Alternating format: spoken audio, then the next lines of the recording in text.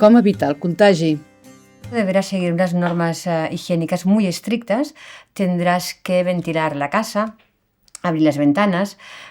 Por supuesto, cuando tosas tienes que ponerte la mano en la boca e intentar utilizar pañuelos de papel. Mira aquí, la doctora dice que a lo mejor yo te he contagiado. Tú tienes que hacer algunas pruebas. Pero Afzal, puedes estar tranquilo. Yo no tengo nada de tos y me encuentro muy bien. Es igual, aunque te encuentre bien, pero puede ser que tenga bacilo de tuberculosis y tú tienes que hacer de todo modo una prueba. Vaya Afzal, me has asustado un poco. No te asustes, Guy. Las pruebas son muy fáciles.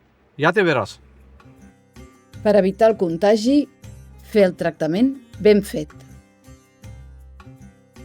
Tossir amb la mà a la boca. Fer servir mocadors de paper. Ventilar la casa obrint les finestres.